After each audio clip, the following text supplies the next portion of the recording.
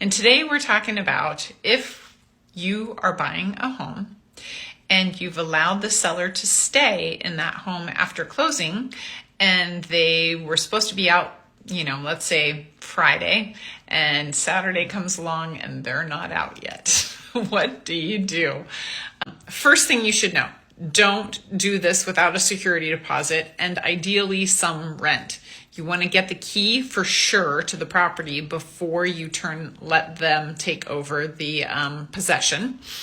And then, big one is make sure you follow up before they're supposed to move out. So have a walkthrough, check and make sure that they're going to be out of the property, check in with their agent, make sure they've got a plan, where they're going, all of that fun stuff. Because if they stay there longer than 60 days, you now have become a landlord, and that's not ideal for you for your loan. It's not ideal for you for your tenant. Your insurance is a problem. And then it's also not ideal for you for any of the things that you want to deal with as far as having to pay for your loan. Now you have a landlord. Where are you going to get rent? It becomes very complicated very, very quickly. So just get them out.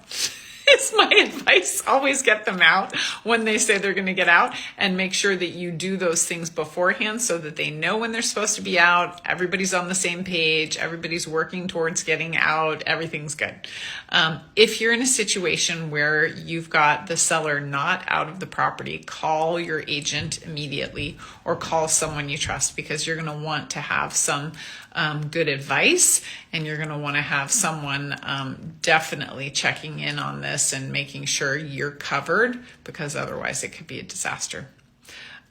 If you just can't wait to get more of Claire Paris or our Paris Group Realty information, tune on to our YouTube channel. We've got all kinds of content there. We'd love you to tune in. And of course, if you have any questions, please just DM me or reach out. I'm always happy to answer any of your questions about real estate. As always, thanks so much for being here. We'll talk to you soon. Take care.